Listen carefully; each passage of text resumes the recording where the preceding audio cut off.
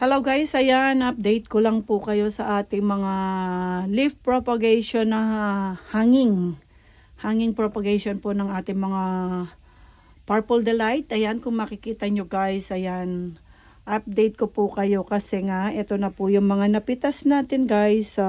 Hindi po itong isang pitasan to guys, hindi po ako nagpitas ng yung kung ano lang po yung everyday na nakikita natin na pwede nang posible nang mahiwalay or baka mahulog na siya dahil po na sip-sip na niya yung buong ng kanyang mother, yung kanyang energy or yung sustansya ng kanyang nanay. Dry na dry, makikita nyo guys, ayan, dry na.